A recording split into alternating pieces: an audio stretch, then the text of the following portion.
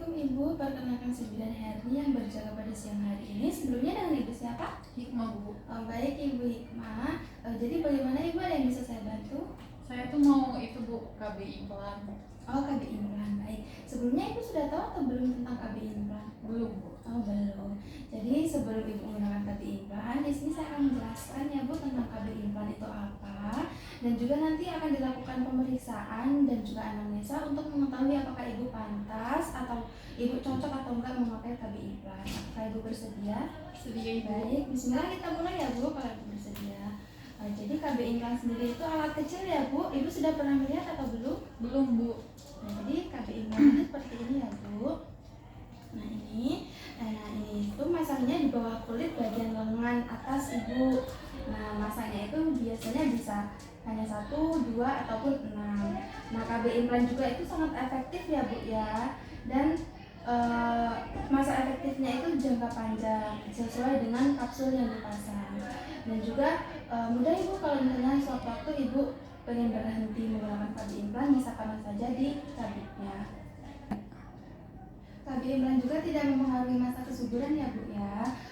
Tapi biasanya itu nanti akan mempengaruhi haid Ibu. Jadi kemungkinan haidnya akan nggak lancar ataupun nanti lebih banyak atau lebih sedikit.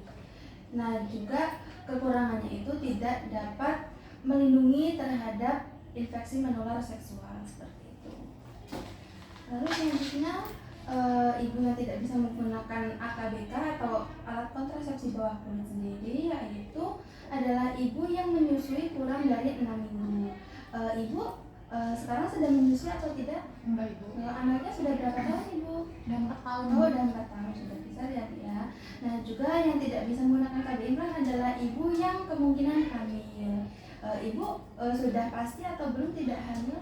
Sudah pasti nggak hamil, Bu. Sudah pasti nggak hamil ya. Dan juga ada gangguan kesehatan yang serius Ibu. Jadi adanya penyakit lain yang serius. Selanjutnya kemungkinan efek samping dari KB implan sendiri, yang pertama adalah bercak atau haid ringan yang saya sebutkan tadi ya Bu ya. Kalau itu mempengaruhi menstruasi, haidnya tidak teratur, dan juga ada bahkan sampai tidak haid. Tapi ini sangat jarang ya Bu ya yang sampai tidak haid ini. Lalu selanjutnya pemasangan dan pencabutan. Biasanya waktu pemasangan itu cuma 10 menit Ibu ya, nggak lama emang. Terus pencabutannya hanya sekitar 15 menit karena biasanya kan kalau udah lama itu udah ketumpuk sama daging ataupun lemak, jadi agak sulit untuk mencarinya. Terus juga waktu pemasangan dan pencabutan itu akan dilakukan anestesi supaya nggak terasa sakit. Dan juga nanti bidan memasang kapsulnya itu di bawah kulit bagian sisi lengan dalam. Terus juga kapsulnya dilepas setelah 3 atau 5 tahun, atau tergantung kalau misalnya ibu masih 2 tahun udah pengen lepas, itu juga bisa. Nah terus setelah dipasang itu biasanya dipasang perban karena kan emang ada sedikit luka goresan ya Bu ya, untuk memasukkan implannya sendiri dan tanpa jahitan. Nah, jadi pemasangan KB implan itu bisa dimulai kapan saja Ibu. Pemasangan dan pelepasannya itu bisa. Nah, jadi Ibu ada hal yang perlu diingat ketika Ibu menggunakan KB implan. Yang pertama, kapsul harus dicabut setelah 3 atau 5 tahun atau sesuai dengan pasangnya tadi berapa kapsul Ibu, sesuai efektivitasnya. Nah, terus juga pemasangan implan itu ada efek sampingnya Ibu. Efek samping yang umum itu tidak berbahaya, tapi ketika ibu merasa efek samping itu mengganggu, ibu bisa kontrol kemari.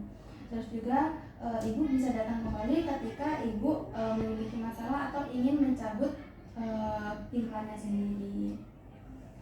Nah, jadi ibu ketika ibu mengalami ini, ibu bisa mendatangi bidan seperti sakit kepala berat yang sampai mengganggu aktivitas sehari-hari, terus haid yang lebih lama dan banyak daripada biasanya, terus juga ada matanya kuning atau kulitnya kuning, terus ibu merasa mungkin hamil atau terasa nyeri di perut, dan juga terjadi infeksi pada lengan yang dipasang, terus juga ibu mengalami gangguan kesehatan yang sangat serius. Baik Ibu, sampai di sini apakah ada yang ingin ditanyakan? Tidak ada Ibu. Baik, jika tidak alhamdulillah ya Bu. Nanti selanjutnya akan dilakukan pemeriksaan fisik dan anamnesa untuk mengetahui apakah Ibu memang benar-benar pantas atau tidak menggunakan KB Implan.